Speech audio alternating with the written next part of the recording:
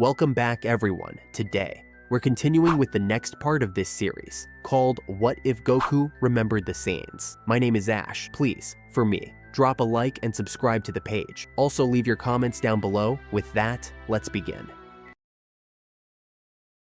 Zarbon unleashed a blinding energy blast aimed directly at Vegeta, intent on finishing the Saiyan Prince once and for all. But Vegeta, his instincts sharpened by countless battles, ducked beneath the attack at the last possible moment. In the blink of an eye, Vegeta countered with a powerful punch, his fist slamming into Zarbon's midsection with enough force to make the android grunt in pain, a sensation he hadn't experienced since his reconstruction. Pain?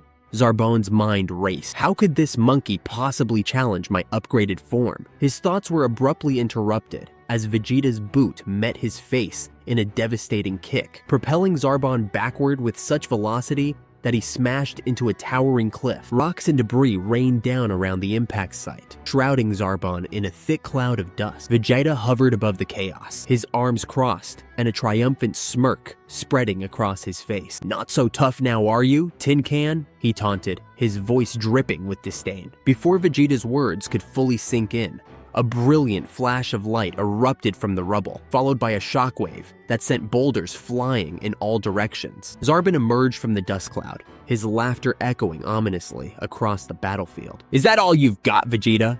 Zarbon sneered, his glowing eyes narrowing with malice. Vegeta's smirk didn't waver, not by a long shot. Without warning, he vanished from sight, reappearing in an instant behind Zarbon. With precision and speed, he drove his knee into Zarbon's back, eliciting another grunt of discomfort from the android. But Zarbon wasn't one to be caught off guard for long. He spun around swiftly, his palm open and crackling with energy. He aimed to grab Vegeta and drain the Saiyan's life force. Vegeta, however, anticipated the move. With an iron grip, he caught Zarbon's hand mid-swing, halting the attack before it could land. "You're getting predictable," Vegeta remarked, his voice tinged with mockery. Yet even as their hands locked in a test of strength, Vegeta felt a sudden, sharp pull. His energy began to seep away, drawn through Zarbon's palm like water through a sieve. Zarbon's lips curled into a smug smile. "Can't you see the futility in fighting me, Vegeta?"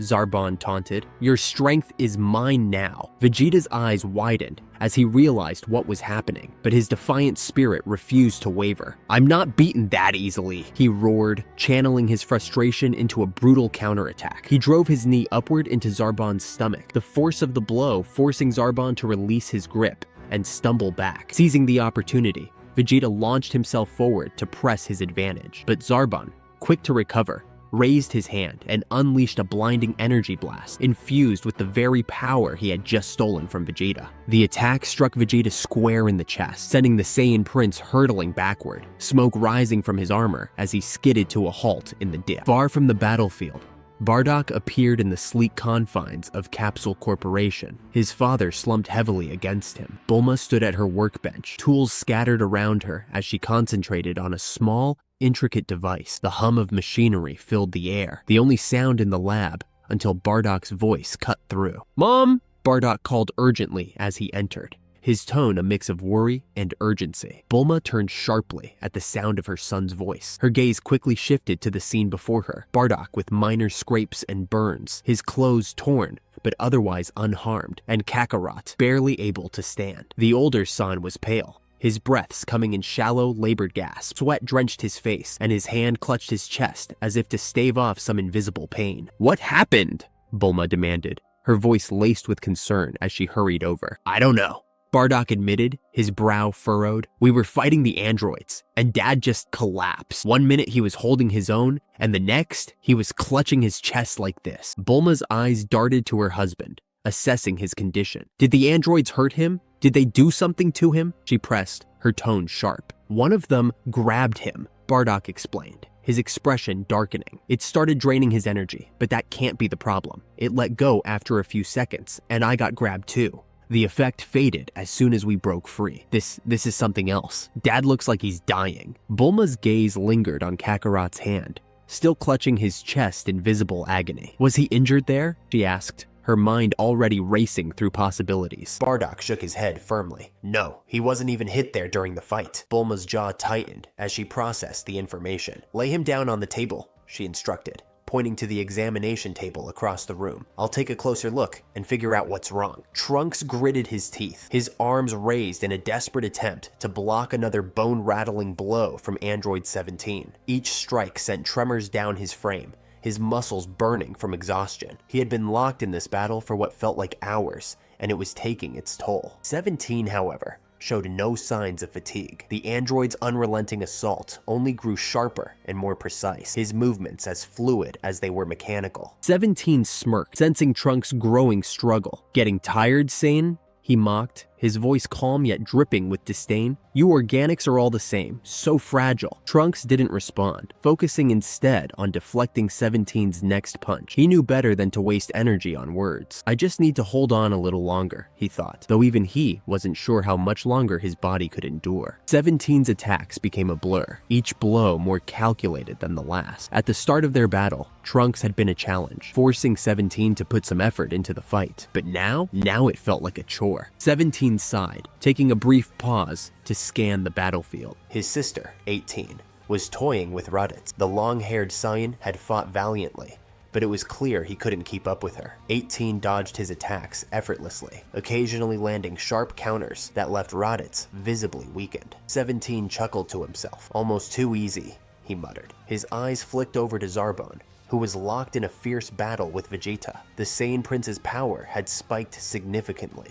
and it was clear Zarbon was struggling to keep up. Still, it was enough to keep the overpowered brute busy. Most importantly, Jiro's enforcer wasn't anywhere near the scientist himself. 17's smirk widened as a plan formed in his mind. Turning back to Trunks, he gave a quick nod to his sister across the battlefield. 18 returned the gesture, understanding immediately. Without warning, 17 drove a devastating uppercut into Trunks' stomach. The impact forced the air from Trunks' lungs, his body folding in pain. Before the Saiyan could recover, 17 followed up with a double-fisted hammer strike to the back of his head. The blow sent Trunks hurtling toward the ground, crashing into the dirt with enough force to carve out a crater. "Stay down," 17 muttered, raising one hand. A brilliant sphere of energy formed in his palm, crackling ominously. Without hesitation, he launched it into the crater, the resulting explosion sending smoke and debris spiraling into the air. Satisfied that Trunks wouldn't be getting back up anytime soon, 17 turned his attention toward Jiro. 18, having dispatched Raditz, joined him mid-air as they flew toward their maker. The two androids landed in front of the old scientist, who stood wide-eyed and defensive. "What are you doing?" Dr. Jiro demanded, his voice trembling with a mix of anger and panic. "You should be killing the Saiyans." 17 crossed his arms, a smirk playing on his lips. "We're tired of taking orders from you, old man." 18 nodded in agreement, her tone colder. "And without your enforcer here to babysit us, we decided it's time to assert our independence." Dr. Jiro's face twisted in rage. "You insolent!" His outburst was cut short as 17 moved faster than the eye could follow, delivering a high kick that severed Jiro's head from his shoulders in one clean motion. The scientist's body crumpled to the ground, sparks flying from the exposed wires and circuits in his neck. 18 stared dispassionately at Jiro's headless body. That was quick. 17 glanced down, unimpressed. He wasn't worth dragging it out. Without ceremony, he brought his boot down on Jiro's head, crushing it with a sickening crunch. The remaining sparks faded, leaving only silence. "What about that hulking mess over there?" 18 asked, nodding toward the distance where Jiro's enforcer was still battling Vegeta. "He's not our problem," 17 replied. "Let's head back to the lab and activate 16. 18 raised an eyebrow. 16? Are you sure his programming is stable?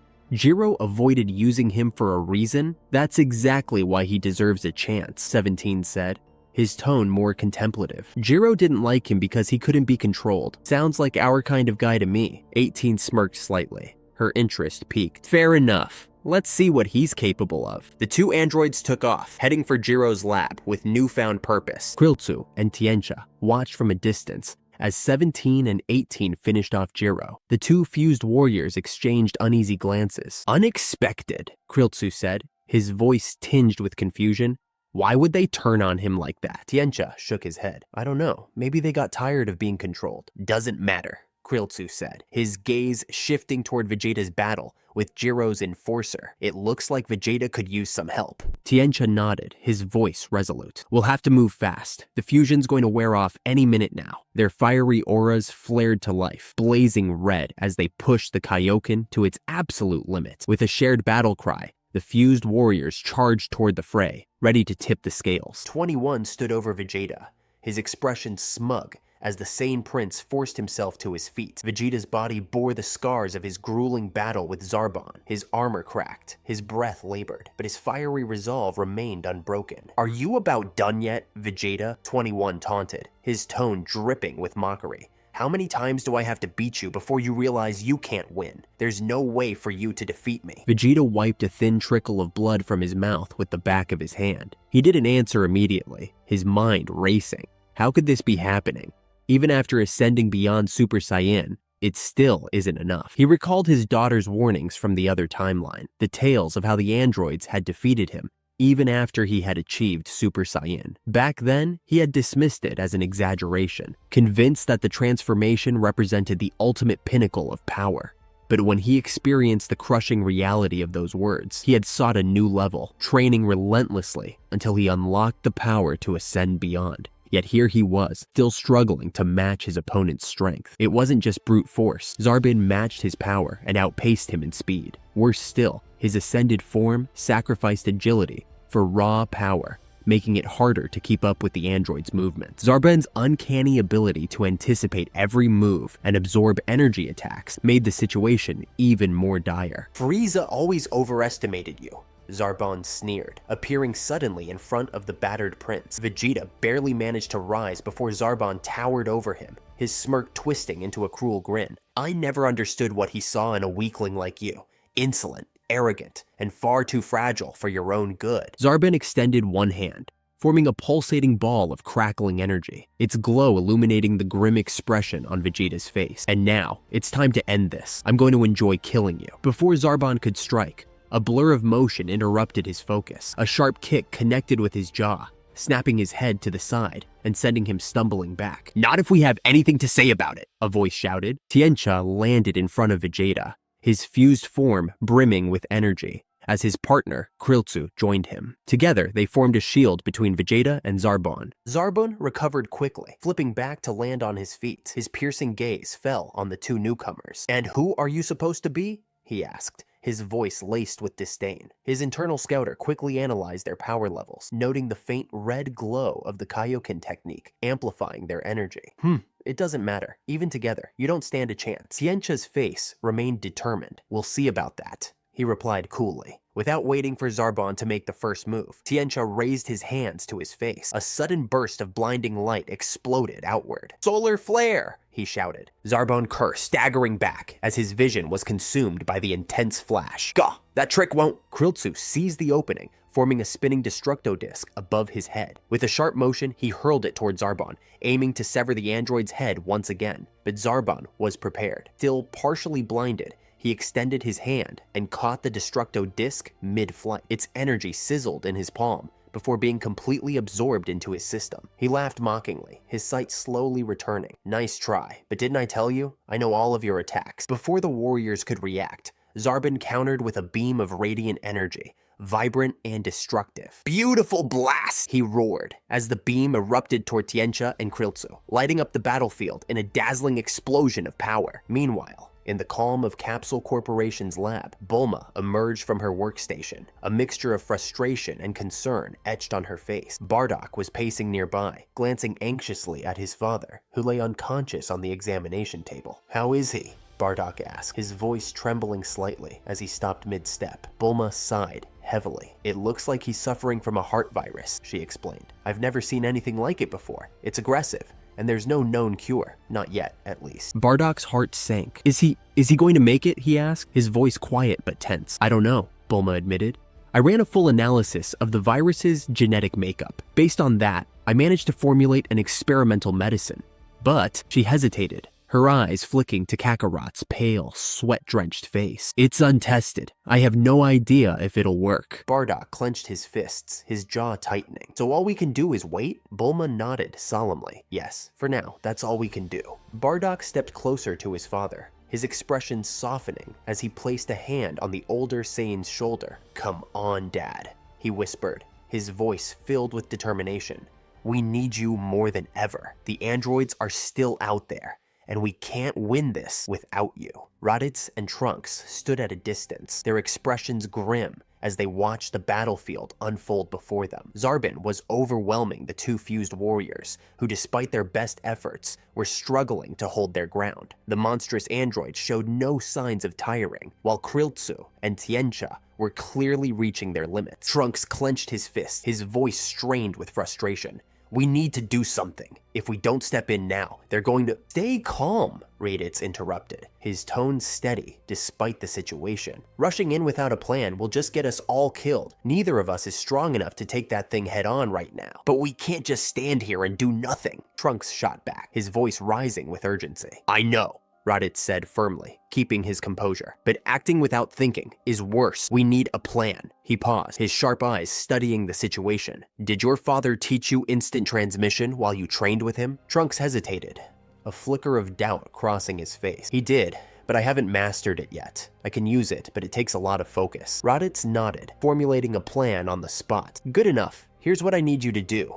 Get Piccolo out of here and back to Capsule Corp. Once he's safe, I'll handle the rest." Trunks frowned, unsure. "What are you planning to do?" Raditz smirked, though there was little humor in it. "Something Saiyan pride hates to do.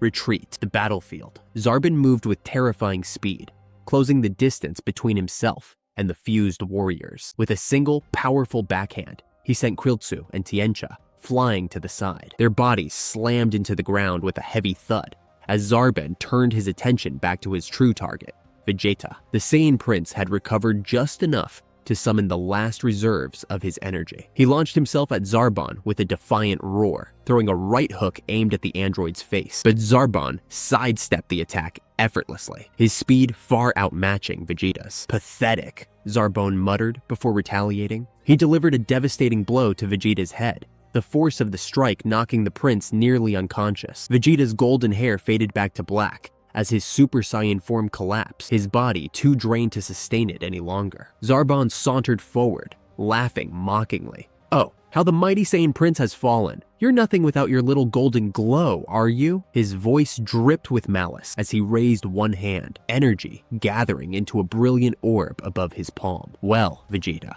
it looks like this is the end. Time to say goodbye." Before Zarbon could unleash his finishing move, a voice rang out behind him. "Grab hold!" In an instant, Raditz appeared between Vegeta and Zarbon, his aura flaring with the power of his Super Saiyan transformation. The two fused warriors, battered but conscious, quickly scrambled to place their hands on Raditz's shoulder. At the same moment, Raditz grabbed the unconscious Vegeta with his other hand, placing his fingers to his forehead. "You're not finishing anyone today," Raditz snarled. Just as Zarbon unleashed his devastating blast, the group vanished in a flash of light, leaving the energy attack to erupt harmlessly against the charred ground. Raditz appeared in the familiar halls of Capsule Corporation, carrying Vegeta, with Kriltsu and Tiencha in tow. Seconds after their arrival, the fusion between Krillin and Tien broke, splitting them back into their original forms. The two warriors stumbled slightly, clearly exhausted from the strain of the battle. Krillin wiped the sweat from his forehead, his voice shaky. "What do we do now? Even fusion wasn't enough to stop that monster." Raditz laid Vegeta down gently and turned to address the group. "We regroup and come up with a new plan. We're not strong enough to take Zarbon down head on, not yet." At that moment, Bardock entered the room, his expression somber as he surveyed the battered warriors. "Where's Kakarot?" Raditz asked, his voice low but urgent. Bardock folded his arms, his face grim. "He's in the medbay." Raditz's brow furrowed. "How bad is it?" "It's not good," Bardock admitted. Trunks stepped forward, setting Piccolo down carefully. "What about the Senzu beans? They could heal him, right?" Bardock shook his head. "It's not that simple. He's not physically injured. Not in the way Senzu beans can fix. He's dealing with some kind of heart virus. We already tried using a bean, but it didn't do any good." Bardock pulled out the bag of remaining beans and tossed them to Raditz. "Here, pass these around. At least the rest of you can heal. Raditz distributed the beans to Krillin and Tien, as Trunks frowned in concern. How's he holding up? Bulma entered the room, overhearing the question. Her face was a mix of worry and determination. We don't know yet. I've developed an experimental medicine to counter the virus, but it's untested. All we can do now is wait and hope. Raditz clenched his fist, his frustration evident. So we're stuck waiting? Kakarot's out, Vegeta's down, and we're not strong enough to take on those androids. This is bad. Bardock nodded solemnly. It gets worse. The other two androids, 17 and 18, they killed Jiro and then took off. We have no idea where they went. Where do you think they're headed? Bardock asked, looking at the group for answers. Trunks crossed his arms, his expression thoughtful but troubled. I don't know, he admitted, his voice heavy. In the other timeline, 17 and 18 didn't seem to care much about Jiro. They followed his orders, but you could tell they resented him. Killing him like they did now, that's definitely new. Zarbin might have been the reason they stayed in line before, but with him distracted fighting my dad, they probably saw their chance to take him out. Raditz nodded, his face hardening. Zarbin's arrogance might have worked in their favor this time. Still, it's strange. Killing their creator doesn't exactly fit their usual MO. Yeah, Trunks agreed, his gaze distant. In my timeline, Jiro kept control over them through fear. They may have hated him, but they never outright defied him like this. Without him, who knows what they'll do now that they're free? Krillin, leaning against the wall, chimed in with a nervous edge to his voice. Whatever they're planning, Zarbin is still the bigger problem. Those two might be unpredictable, but Zarbon's a walking disaster waiting to happen. He's already proven he's stronger than all of us combined. Raditz frowned, his eyes narrowing. Don't forget, Zarbin worked for Frieza. He's not just strong, he's ruthless. If it suits him, he won't hesitate to wipe this entire planet out just to smoke us out. Frieza's goons were always like that. The room fell into a tense silence, the weight of the situation pressing down on everyone. Bardock broke it, his tone blunt but serious. So what do we do? Sitting here isn't going to solve anything. Raditz let out a frustrated sigh, running a hand through his wild hair. I wish I knew. The way things are now, we don't have the strength to take him on head to head. Even with Kakarot in fighting shape, we'd still be at a serious disadvantage. Far away, deep within the steel labyrinth of Jiro's hidden laboratory, 17 and 18 strolled into the dimly lit chamber. The faint hum of machinery echoed through the room, accompanied by the occasional flicker of overhead lights. Ah, home sweet home, 17 said with a wry smile, his hands clasped behind his head as he looked around. 18 shot him a glare. Oh, shut up. You know I hate this place. I'm just kidding, 17 replied, his smirk widening. He walked toward a sleek high-tech pod that stood upright against the wall. Inside, a towering android lay dormant, his broad frame encased in green armor. A red mohawk adorned his otherwise bald head, and his expression was calm, almost serene. Well, time to wake up our old friend, 17 said, placing a hand on the control panel. With a quick series of button presses, the pod began to rumble, steam hissing from its seams. A faint glow surrounded the android within as the pod's door slowly slid open. The towering figure stirred, his blue eyes blinking open for the first time in years. He sat up, his movements precise and deliberate, and looked around with an air of quiet intensity. Where am I? He asked, his voice deep and calm. 17 stepped back, gesturing casually. We woke you up. Now the question is, what do we do next? The newly awakened android, designated 16, tilted his head slightly, his gaze steady. I am programmed to kill Kakarot, he said simply, his tone devoid of emotion. 18 rolled her eyes. Figures, he's got a one-track mind. 17 chuckled. Well, at least he's consistent. Still, this could be fun. Kakarot disappeared early in the battle, but I wouldn't mind tracking him down myself. A scavenger hunt could spice things up. 18 leaned against the wall, her expression bored but slightly amused. Why not? It's not like we've got anything better to do. 16 stood, towering over the siblings, his presence imposing yet oddly serene. Kakarot must be eliminated, he repeated, his unwavering focus leaving no doubt about his intent. And that's it for today's episode, guys. If you watched to the end, then that could be an indication that you enjoy the series. So please leave a like on the video. Thank you and take care.